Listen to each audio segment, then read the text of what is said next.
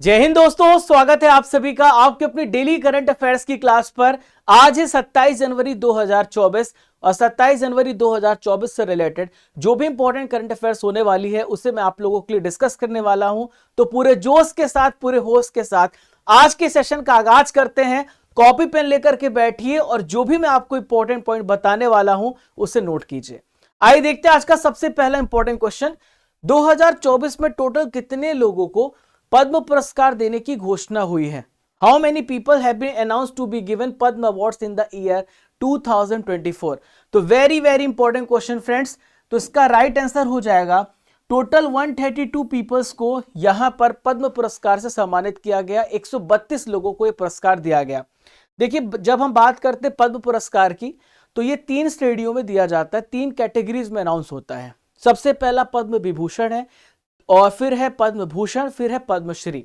सबसे बड़ा जो भारत का सर्वोच्च नागरिक सम्मान वो भारत रत्न है। उसके बाद दूसरे नंबर में पद्म विभूषण आता है, तीसरे नंबर पे पद्म भूषण आता है और चौथा है पद्मश्री। अब आपसे क्वेश्चन पूछा जा सकता है कितने लोगों को पद्म विभूषण मिला? तो आप याद रखिएगा 5 लोगों को पद्म विभूषण, पद्म भूषण कितने लोगों को? 17 लोगों को, और 110 लोगों को पद्मश्री मिला है। तो टोटल 132 पीपल्स को यहां पर पद्म पुरस्कार से सम्मानित किया गया। दोस्तों, भारत रत्न की बात हमने 2 दिन पहले ही की थी।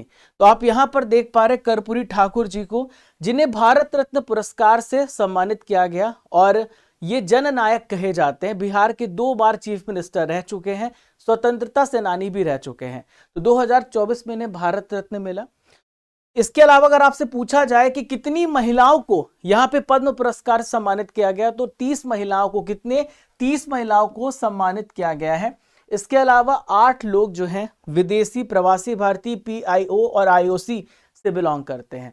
9 लोगों को यहां पर मरणोपरांत पद्म पुरस्कार से सम्मानित किया गया है। देखिए, हम बात करते हैं पद्म विभूषण किसे किसे दिया गया है। तो ये दूसरा सर्वोच्च नागरिक सम्मान है, 5 व्यक्तियों को दिया गया है।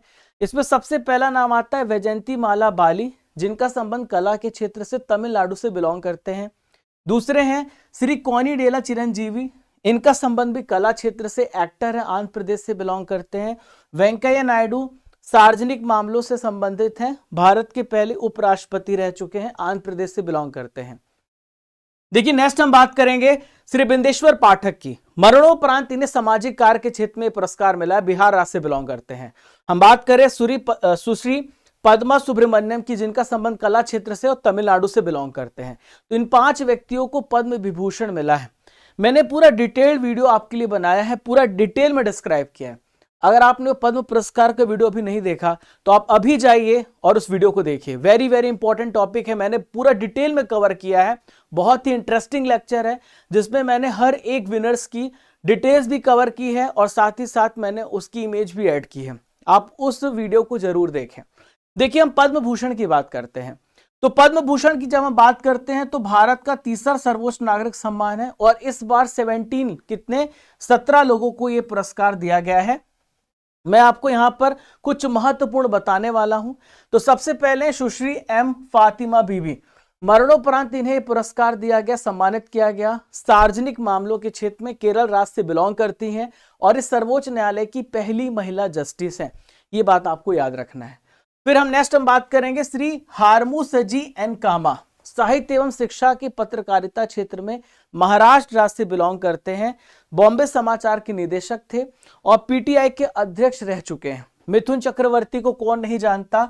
मिथुन चक्रवर्ती को कला के क्षेत्र में पुरस्कार दिया गया है और ये पश्चिम बंगाल से बिलोंग करते हैं। ये अभिनेता हैं और सामाजिक कार्यकर्ता भी हैं। नेक्स्ट यहाँ पे बात करेंगे श्री यंग लियू, व्यापार एवं उद्योग के क्षेत्र में ताइवान देश से बिलोंग करते हैं। लियू एक एंटरप्रेन्योर है जो भारत और ताइवान के बीच में जो ट्रेड रिलेशन है उसको मजबूत करने में इनका अहम योगदान है। इस वजह से इनको यह पुरस्कार दिया गया है, सम्मानित किया गया है।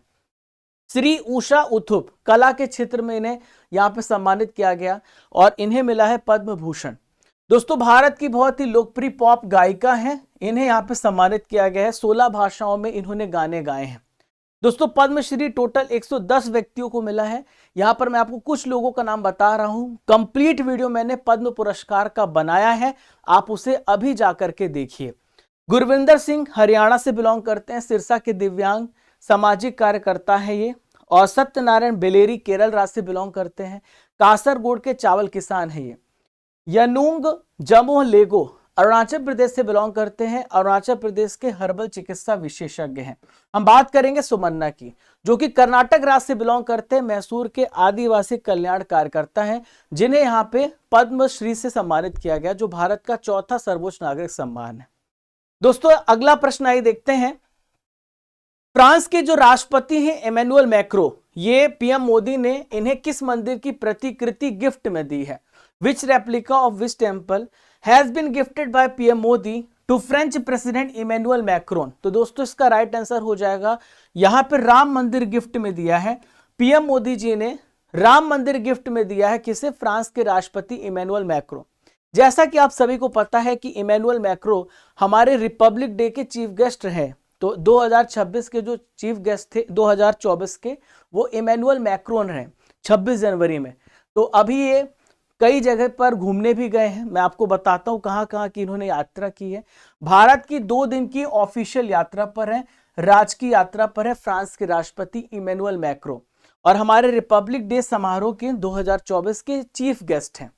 तो दोस्तों भारत यात्रा के दौरान ये कहां पर गए? राजस्थान का आमेर किला जो कि जयपुर में है, इन्होंने वहां का दौरा किया है। इसके अलावा भारत के जो प्रधानमंत्री मोदी जी हैं और फ्रांस के राष्ट्रपति, ये जयपुर में जंतर मंतर भी ये देखने गए। कहां गए? जंतर मंतर भी ये देखने गए हैं। दोस्तों जंतर मंतर की हम बात करें तो भारत में टोटल 5 जंतर मंतर हैं, जो कि मथुरा में है, वाराणसी में है, उज्जैन में है, दिल्ली में है, जयपुर में है। तो ये 5 जगहों पर है। और जंतर मंतर का जो निर्माण है वो किसने कराया? सवाई जयसिंह ने कराया है। समय और अंतरिक्ष की घटनाओं को समझने के लिए इसका निर्माण कराया गया था। इसके अलावा पीएम मोदी जी ने एक दुकान से राम मंदिर की जो प्रतिकृति है उसे खरीदा है, और दुकानदार को 500 रुपए दिया, यूपीआई पेमेंट किया, और ये जो प्रतिकृति है ये फ्रांस के प्रेसिडेंट को गिफ्ट में कर दिया है। ठीक है दोस्तों, अयोध्या राम मंदिर की हम बात करेंगे। अभी अयोध्या राम मंदिर के बारे में डिटेल्स को समझते हैं। तो अयोध्या मंदिर में अभी रामलला की प्राण प्रतिष्ठा की गई 22 जनवरी 2024 को। जो रामलला की मूर्ति है वो 51 इंच की है, और इसके मूर्तिकार कौन है? अरुण योगी राज है, जो कि कर्नाटक राज्य से बिलोंग करते हैं। इसकी जो वास्तुकला की शैली है वो है नागर शैली, और इसमें मंडपों की संख्या कितनी है? 5 मंडपों की संख्या है। दोस्तों आप सभी देख रहे हैं डेली करंट अफेयर्स, और मैं हूं आप सभी का राजा गुप्ता। आप 27 जनवरी 2024 के करंट अफेयर्स को देख रहे हैं। लगातार 787 डेज से मैं आपको करंट अफेयर्स पढ़ा रहा हूं। आपको जो कंटेंट मिलता है वो हिंदी इंग्लिश दोनों माध्यम में मिलता है। सबसे कम समय में आपको करंट अफेयर्स देता हूं। आधे घंटे में आपको बहुत सारी जानकारी, लगभग 300 से 400 जानकारी आपको मिलती है। स्टैटिक जीके भी मिलता है। यह है करंट अफेयर्स का ब्रह्मास्त्र, जो कि भारत के सभी एग्जाम्स के लिए जरूरी है। दोस्तों स्टडी कर एप्लीकेशन है, जहां से आप पीडीएफ डाउनलोड कर सकते हैं इस क्लास की। आपको ये जो एप्लीकेशन है गूगल प्ले स्टोर पर मिल जाएगा। इसके अलावा इसका लिंक आपको कमेंट बॉक्स पर और डिस्क्रिप्शन बॉक्स में भी दिया गया है। एप्लीकेशन डाउनलोड करने के बाद ई बुक सेक्शन में आप डिफरेंट पीडीएफ्स को भी डाउनलोड कर सकते हैं, और यहाँ पे डेली करंट अफेयर्स लिखा हुआ है। आप यहाँ से डेली करंट अफेयर्स की पीडीएफ को भी डाउनलोड कर सकते हैं। राजा गुप्ता करंट अफेयर्स हमारा टेलीग्राम चैनल है। इंपॉर्टेंट अपडेट्स के लिए, नोटिफिकेशंस के लिए, क्लास नोट्स के लिए, पीडीएफ्स के लिए आप इसे ज्वाइन कर लीजिएगा, राजा गुप्ता करंट अफेयर्स। और दोस्तों अगर आप चैनल पर पहली बार आ रहे हैं, don't forget to subscribe and press the bell icon button. Video पसंद आता है तो लाइक कीजिएगा, सभी प्लेटफॉर्म पे शेयर कीजिएगा।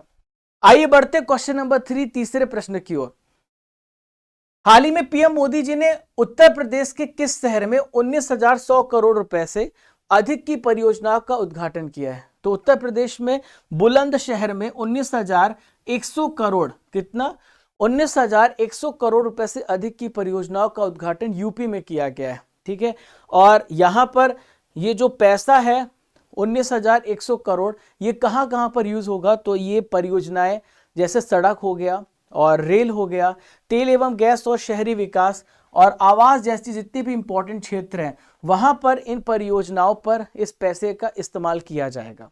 दोस्तों इसके अलावा पीएम मोदी जी ने इंडियन ऑयल की 255 किलोमीटर की लंबी टुंडला गवरिया पाइपलाइन, इसका भी उद्घाटन किया है, जो 700 करोड़ रुपए की लागत से बनी है। दोस्तों बात यहाँ पे यूपी की आई है, तो उत्तर प्रदेश की परीक्षा संजीवनी में आपको देता हूं। उत्तर प्रदेश से संबंधित करंट अफेयर्स को डिस्कस करते हैं। अगर आपसे पूछा जाए कि अयोध्या में किस नदी पर सौर ऊर्जा से संचालित नाव लॉन्च की गई है, तो इस सरयू नदी पर। कहां पर? अयोध्या में। अयोध्या किसकी नदी के किनारे बसा हुआ है? तो सरयू नदी के किनारे बसा हुआ है। उबर ने हाल ही में क्या किया है? अयोध्या में ईवी ऑटो रिक्शा सेवा शुरुआत किया है। अभी स्वच्छता सर्वेक्षण पेश किया गया दोस्तों, जिसमें बनारस और प्रयागराज ने सबसे स्वच्छ गंगा शहरों के रूप में स्थान हासिल किया है। अयोध्या में सबसे लंबी सोलर लाइट लाइन स्थापना की गई है, जो कि अपने आप में वर्ल्ड रिकॉर्ड है। अगला क्वेश्चन देखते हैं, थाई पूसम त्योहार ये किस समुदाय के द्वारा मनाया गया है? Thaipusam festival is celebrated by which community? तो जो थाई पूसम त्योहार है इसे तमिल, इसका राइट आंसर हो जाएगा तमिल समुदाय के द्वारा थाई पूसम त्योहार मनाया जाता है। ठीक है, तो दक्षिण भारत का जो तमिल कम्युनिटी है इस फेस्टिवल को सेलिब्रेट करता है। अब सवाल उठता है दोस्तों, किसकी पूजा की जाती है? तो इसमें भगवान मुरुगन की पूजा की जाती है। भगवान मुरुगन का वर्शिपिंग किया जाता है। अब आपके मन में सवाल उठ रहा होगा कि ये भगवान मुरुगन है कौन? तो दोस्तों भगवान मुरुगन जो है भगवान शिव और देवी पार्वती के पुत्र कार्तिकेय हैं, इन्हें भगवान मुरुगन कहा जाता है। तो बुराई पर अच्छाई की जीत का ये फेस्टिवल होता है, उत्सव होता है, ये मनाया जाता है। कहां पे? तमिलनाडु राज्य में मनाया जाता है। अब दोस्तों बात यहाँ पे तमिलनाडु की आई है, तो मैं आपको तमिलनाडु आई दिखाता हूं कहां पर है। तो ये तमिलनाडु आप यहां पर देखें, तमिलनाडु के बगल में केरल है, इधर कर्नाटक है, ऊपर आंध्र प्रदेश आप यहाँ पे देख रहे हैं। इसके दक्षिण में पाक स्टेट है, जो कि श्रीलंका और तमिलनाडु के बीच में स्थित है। देखिए तमिलनाडु की जो राजधानी है वो क्या है? तमिलनाडु की कैपिटल चेन्नई है। यहाँ के राज्यपाल है RN रवि। यहाँ के चीफ मिनिस्टर है MK स्टैलिन, जो कि DMK पार्टी से बिलोंग करते हैं। विधानसभा सीटें 234 है। राज्यसभा सीटों की संख्या 18 है और लोकसभा सीटें 39 है। यहाँ का जो इंपॉर्टेंट फेस्टिवल वो है पोंगल, और यहाँ पे जलीकट्टू फेस्टिवल मनाया जाता है। भरतनाट्यम यहाँ का क्लासिकल डांस है।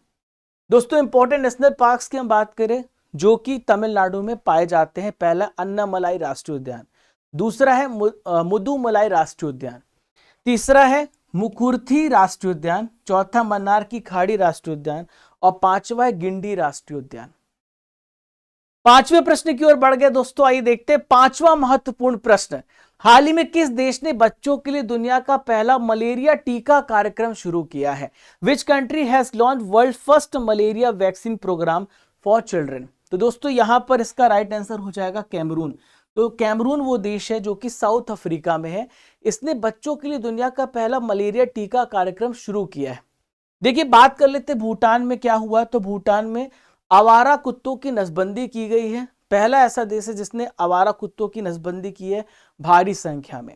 केप वर्डे के बारे में हमने कुछ दिन पहले ही जाना था। WHO ने इसे मलेरिया फ्री कंट्री घोषित किया है। आयरलैंड पहला ऐसा देश है जिसने जो शराब है उस पर शराब की चेतावनी जारी की है कि भाई ये शराब पीना सही नहीं है। और आयरलैंड पहला ऐसा देश है जिसने स्वास्थ्य को लेकर के चेतावनी जारी की है। आमतौर पर आप गुटखों पे देखते हैं, पर आयरलैंड ने अपने शराब की बोतलों में भी बताया है शराब हानिकारक है। तो दोस्तों यहाँ पर कैमरून जो देश है इसने बच्चों के लिए दुनिया का पहला मलेरिया टीका कार्यक्रम शुरू किया है। ठीक है, तो कैमरून ने ये जो कार्यक्रम है इसका टारगेट रखा है 2 साल में 2.5 लाख बच्चों का वैक्सीनेशन करेगा, टीकाकरण करेगा। मलेरिया से दोस्तों बहुत सारे बच्चों की डेथ होती है। मलेरिया जो होता है आप सभी को पता है, ये मादा एनाफिलीज मच्छर के काटने की वजह से मलेरिया होता है। ठीक है, और यहाँ पर जो वैक्सीन का इस्तेमाल किया जा रहा है इसका नाम क्या है? तो इसका नाम है मॉक्सीरिक्स। क्या नाम है? मॉक्सीरिक्स। तो 2021 में स्वीकृत किया गया था, पहला मलेरिया टीका है। और ये जो प्लाज्मोडियम है, प्लाज्मोडियम प्रोटोजोआ, जब आपको मादा एनाफिलीज मच्छर काटती है तो आपके शरीर के अंदर प्रोटोजोआ चला जाता है जो आपके शरीर में RBC को इफेक्ट करता है। जब आपके शरीर में RBC की संख्या लगातार कम होती जाती है तो आपको हड्डी तोड़ बुखार आती, जोड़ों से बुखार आती है। दोस्तों मच्छर से बहुत सारी बीमारियां होती है, आप सभी को पता है, ना केवल मलेरिया होती है, डेंगू होता है, चिकनगुनिया होता है। तो मैं आपको बताने वाला हूं कि वो जो बीमारी है वो किस मच्छर के काटने से होती है, क्वेश्चन पूछा जाता है। जो मलेरिया होता है एनाफिलीज, मादा एनाफिलीज मच्छर के काटने से होती है। याद रखिएगा, नर मच्छर कभी नहीं काटता। नर मच्छर अपना जो न्यूट्रिशन है वो पौधों के जूस से प्राप्त करता है। डेंगू किससे होता है? तो डेंगू एडिस एजिप्टी की मच्छर के काटने की वजह से होता है। चिकनगुनिया होता है एडिस एजिप्टी के मच्छर के काटने की वजह से। जो येलो फीवर होता है ये भी होता है दोस्तों एडिस एजिप्टी मच्छर के काटने की वजह। और जीका वायरस एडिस मच्छर के काटने की वजह से। जापानी जो मस्तिष्क कोप है ये क्यूलेक्स मच्छर के काटने की वजह से होता है। दोस्तों कैमरून की बात की है तो आपके दिमाग में सवाल उठ रहा होगा, सर कैमरून है कहां, दिखा तो दो। तो देखिए कैमरून जो है अफ्रीका में है, अफ्रीका महाद्वीप में कैमरून आप देख रहे हैं। अफ्रीका के वेस्ट में आप कैमरून देख पा रहे हैं। तो यहां पर जो कैमरून है इसकी कैपिटल है याओउंडे। क्या है? याओउंडे, ये इसकी राजधानी है। जोसेफ नगूते यहाँ के प्रधानमंत्री हैं और यहाँ की जो करेंसी है सेंट्रल अफ्रीकन CFA फ्रैंक है। दोस्तों हाल ही में बहुत सारे वैक्सीन अभी जारी हुए हैं, आइए एक एक करके से समझते हैं। तो हाल ही में हैवीश्योर नाम का जो पहला स्वदेशी रूप से हेपेटाइटिस से फाइट करने के लिए, हेपेटाइटिस A से फाइट करने के लिए वैक्सीन लॉन्च किया गया है, इसका नाम है हैवीश्योर। नेक्स्ट यहाँ पे हम बात करें नीपा से लड़ने के लिए जो वैक्सीन जारी किया गया है इसका नाम है ChAd-OX1 नीपाह बी। हाल ही में मलेरिया के खिलाफ एक वैक्सीन की टेस्टिंग की जा रही है, इसका नाम है R21 मैट्रिक्स M, जो मलेरिया वैक्सीन है और यहां पर इसकी टेस्टिंग की जा रही, प्री ट्रायल किया जा रहा है। दोस्तों आज की जो नॉलेज फैक्ट्री है यहां पर हम इंपॉर्टेंट क्वेश्चंस को डिस्कस करेंगे जो कि मॉडर्न हिस्ट्री से रिलेटेड है, आधुनिक भारत से रिलेटेड है, संविधान से रिलेटेड है। मिक्स्ड क्वेश्चन को यहां पर मैं आप लोगों के लिए लेकर के आया हूं। तो पहला क्वेश्चन है कि इंडियन नेशनल कांग्रेस की स्थापना कब हुई है? 1885 में, 1885 में हुई है। एओ ह्यूम ने स्थापना की थी। अगर आपसे मैं पूछूं कि भारतीय संविधान में जो फंडामेंटल राइट्स है वो कहां पे वर्णन किया गया है, तो भाग 3 में किया गया, 12 से लेके 35 तक। फंडामेंटल राइट्स को हमने अमेरिका से लिया है जहां पर इसे बिल्स ऑफ राइट्स कहा जाता है। नेक्स्ट है दिल्ली का कौन सा सुल्तान था जिसने उदारता के कारण लाख बख्श पुकारा जाता था, तो लाखों का दान दे देता था, ये था कुतुबुद्दीन ऐबक। कौन था? कुतुबुद्दीन ऐबक। ये पूछा जाए आपसे कि जो फंडामेंटल राइट्स यानी मूल कर्तव्य है किस संविधान से लिया गया है, तो ये USSR यानी जो सोवियत संघ रशिया से लिया गया। दोस्तों फलों को कृत्रिम रूप से पकाने के लिए कौन से गैस का इस्तेमाल किया जाता है? तो जब फलों को पकाया जाता है इसमें जो गैस इस्तेमाल होती है यह एसिटिलीन। क्या नाम है इसका? एसिटिलीन। और जो प्राकृतिक रूप से गैस मौजूद होती है उसे हम एथिलीन बोलते हैं। नेक्स्ट है किस क्षेत्र से उत्कृष्ट कार्य को पुलित्जर पुरस्कार के लिए मान्यता दी जाती है? जो पुलित्जर पुरस्कार है यह साहित्य और पत्रकारिता के क्षेत्र में दिया जाता है। नेक्स्ट आइए देखते हैं चित्तौड़ में जो विजय स्तंभ है इसका निर्माण किसने कराया था? राणा कुंभा ने कराया था।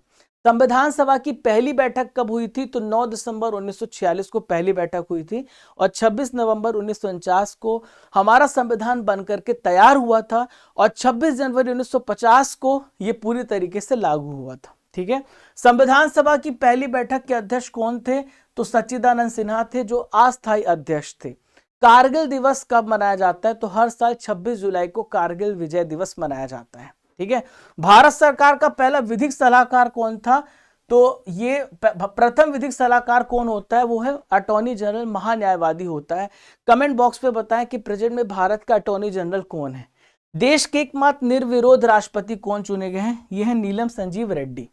तो दोस्तों इतने सारे इंपॉर्टेंट स्टैटिक जीके को भी हमने आज कवर किया। आइए देखते हैं क्वेश्चन नंबर 6। छठा प्रश्न आप सभी के सामने रहा। हाल ही में किस टेबल टेनिस खिलाड़ी ने महिला एकल में WTT फीडर कॉर्पस क्रिस्टी में पहला अंतरराष्ट्रीय टेबल टेनिस खिताब जीता है?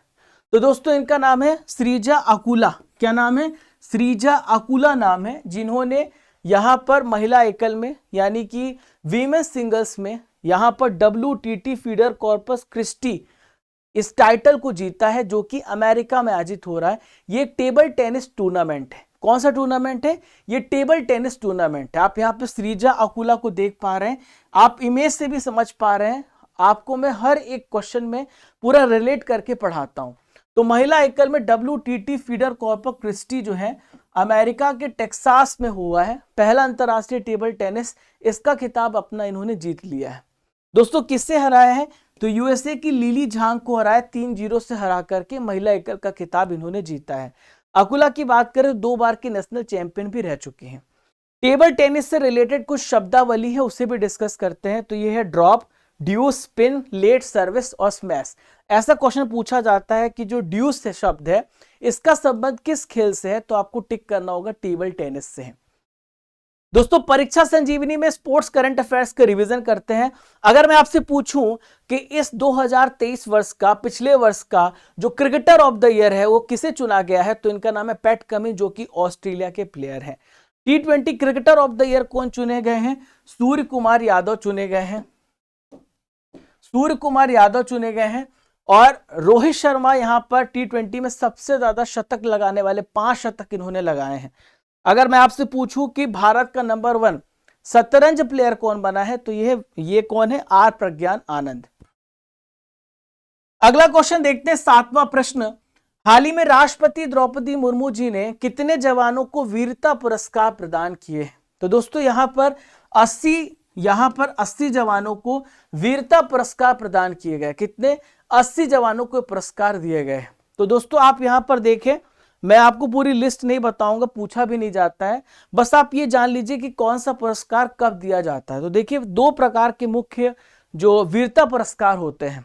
पहला होता है युद्ध के समय। तो युद्ध के समय 3 दिए जाते हैं। सबसे बड़ा है परमवीर चक्र, दूसरा महावीर चक्र, तीसरा वीर चक्र। अगर शांति के समय, युद्ध के समय का मतलब क्या है?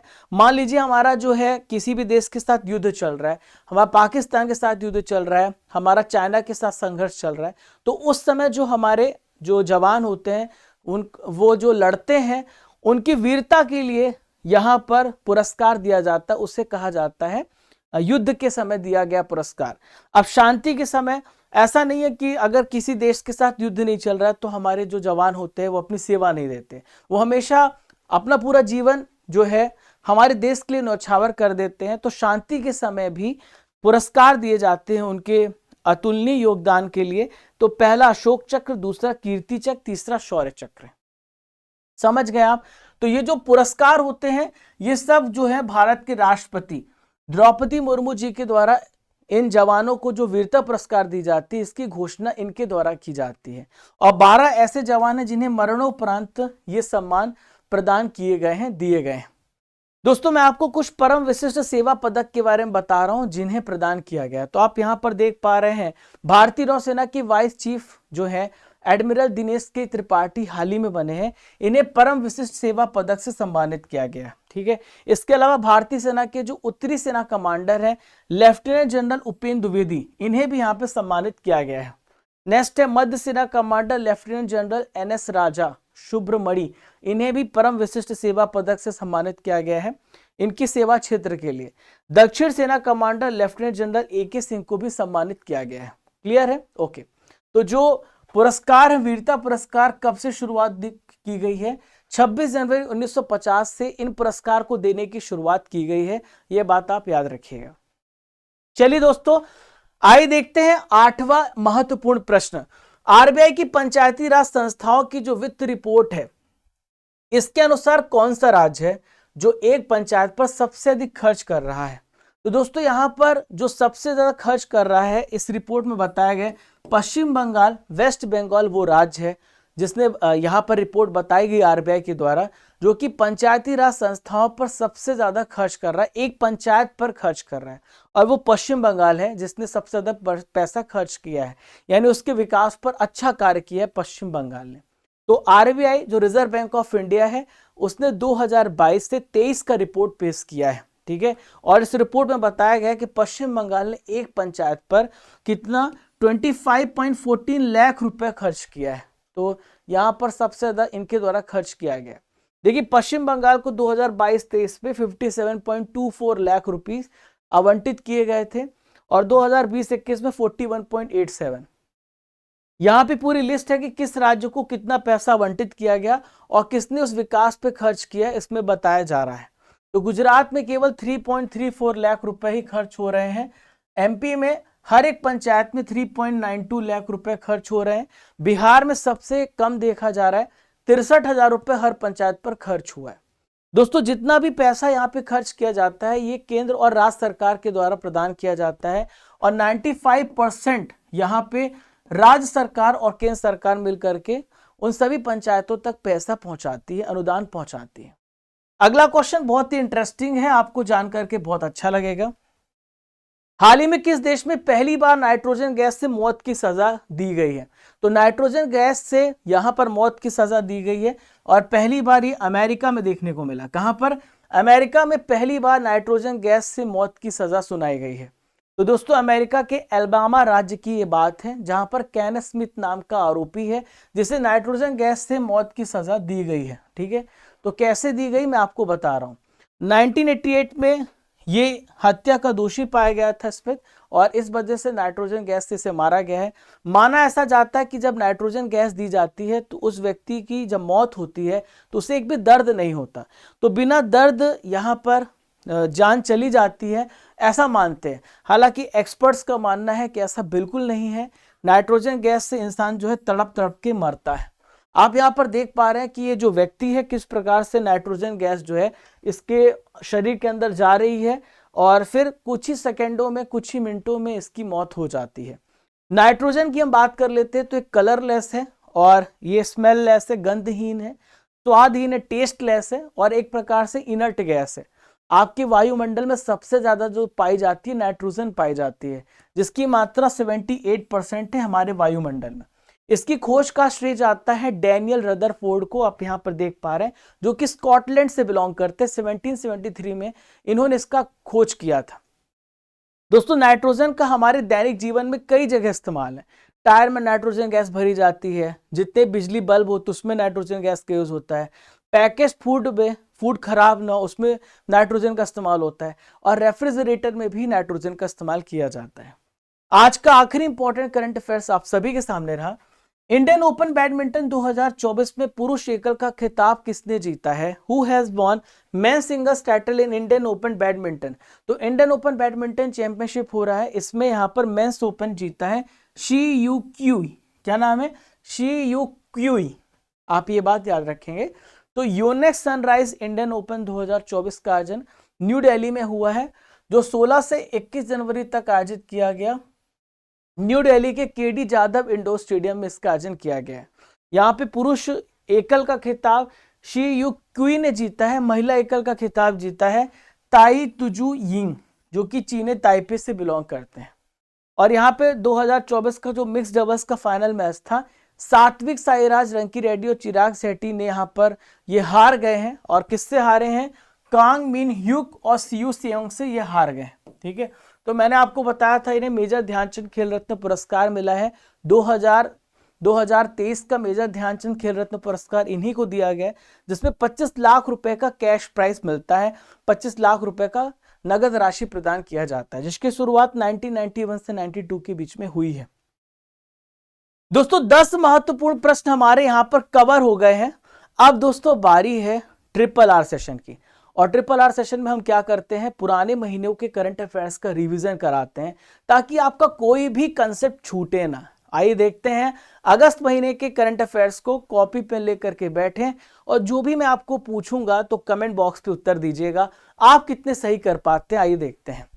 एमरसन मनागांगवा किस देश के वापस से राष्ट्रपति चुने गए हैं? तो दोस्तों जिम्बाब्वे इसका राइट आंसर हो जाएगा। ये जिम्बाब्वे के फिर से राष्ट्रपति चुने गए हैं। राष्ट्रपति द्रौपदी मुर्मू जी के द्वारा किसके शताब्दी वर्ष पर स्मारक सिक्के जारी किए गए हैं? तो एनटी रामाराव इसका राइट आंसर हो जाएगा, एनटी रामाराव। तो इनके स्मारक सिक्के जारी किए गए।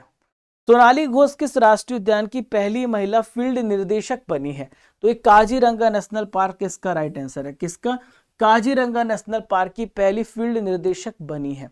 किस राज्य केंद्र शासित प्रदेश के भद्रवाह राजमा और रामबन सुलाई शहद को जीआई टैग दिया गया है?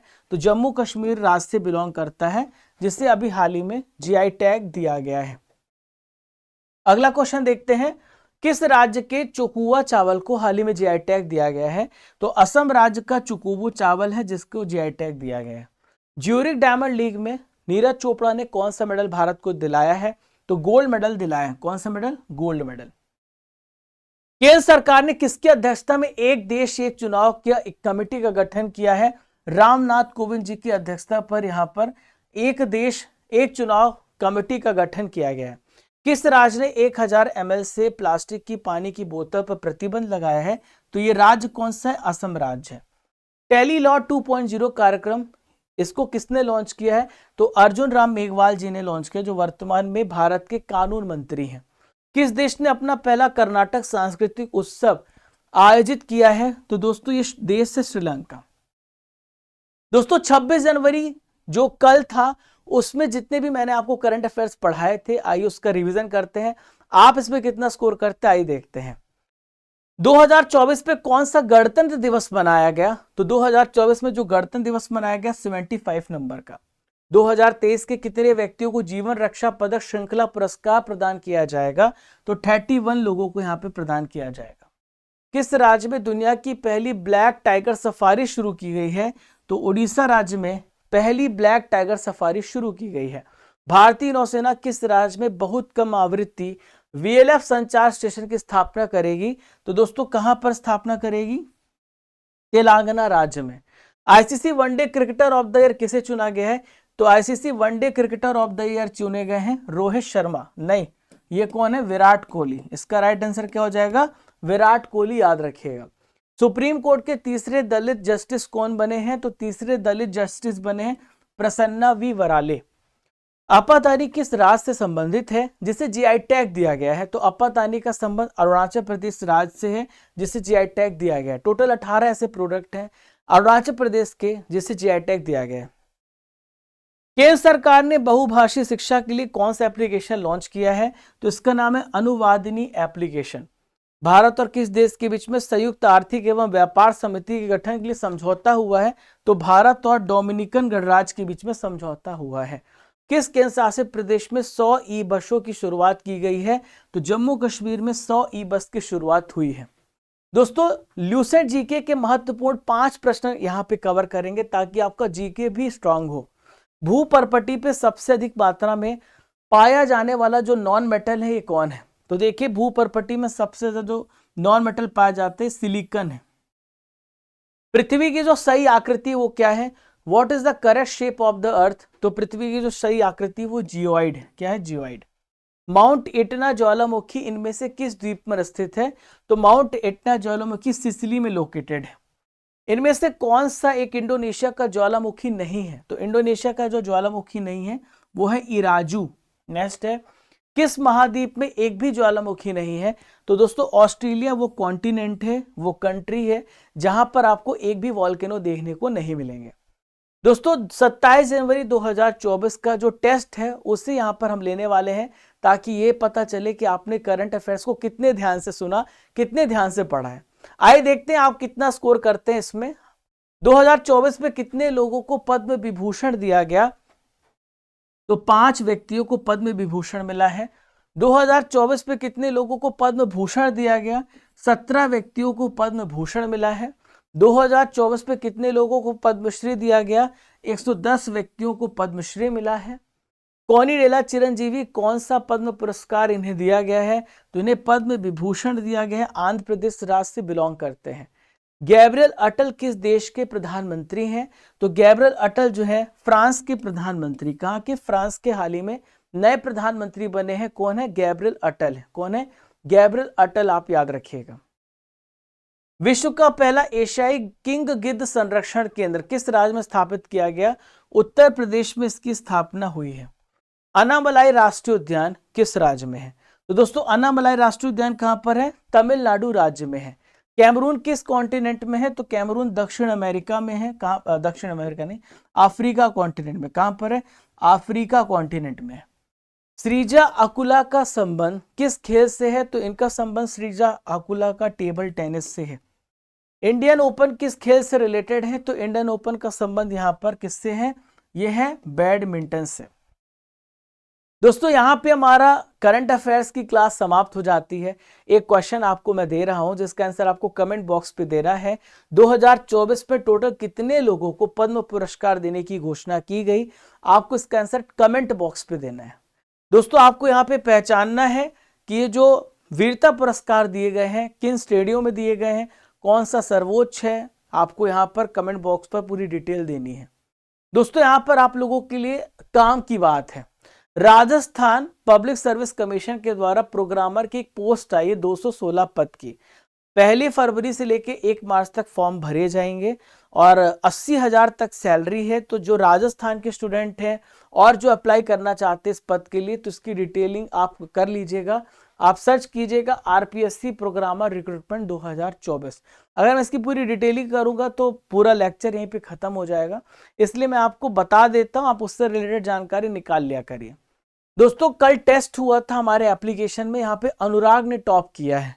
2nd रैंक पर जगयान सैनी ओझा है, 3rd रैंक पे आनंद है, 4थे नंबर पे चंदन कुमार है, 5th नंबर पे रवि प्रकाश है, 6th नंबर पे महफूज आलम, 7th पे प्रियांशु बैस, 8th पे वैष्णवी, 9th पे नरेश और 10th पे सुभाष है। तो आप लोगों ने टॉप किया है। ये टेस्ट एप्लीकेशन पर होता है, स्टडी कर एप्लीकेशन पर आपको ये टेस्ट कंडक्ट कराया जाता है। आप इसे यहाँ पे डाउनलोड करिएगा। ईयरली बुक भी लॉन्च हुई जो कि स्टडी कर एप्लीकेशन पर मिलेगी आपको, और ये जो टेस्ट है यहाँ पर होगा स्टडी कर एप्लीकेशन। आज का जो टॉपिक है वो आपको डेली करंट अफेयर जो पढ़ाया जाता है आपको वहीं से टेस्ट आपको देना होता है, इसलिए डेली करंट अफेयर्स को बहुत ध्यान से सुनिए, तभी आप टेस्ट दे पाएंगे। यहां पढ़िए और 20 क्वेश्चन का टेस्ट डेली होता है, आप वहां पे टेस्ट दीजिए। राजा गुप्ता करंट अफेयर्स हमारा इंस्टाग्राम, हमारा टेलीग्राम हैंडल है, हमारा इंस्टाग्राम हैंडल राजा गुप्ता _ऑफिशियल, आप हमें वहां भी फॉलो कर सकते हैं। तो दोस्तों चलते हैं, मिलेंगे नेक्स्ट इंपॉर्टेंट सेशन के साथ। तब तक के लिए जय हिंद, जय भारत। जब तक तोड़ेंगे नहीं तब तक छोड़ेंगे नहीं। आज एक इंपॉर्टेंट लेक्चर है रात को 8 बजे, याद रखिएगा रात को 8 बजे आज इंपॉर्टेंट लेक्चर है। 200 महत्वपूर्ण स्पोर्ट्स के क्वेश्चन का महामैराथन है। जनवरी से लेकर दिसंबर तक जितने भी स्पोर्ट्स के करंट अफेयर्स हैं आप सभी जुड़ना मत भूलिएगा। तो चलते हैं दोस्तों, चलने का समय हो गया है। जय हिंद, जय भारत। जब तक तोड़ेंगे नहीं तब तक छोड़ेंगे नहीं। खुश रहिए, मुस्कुराते रहिए।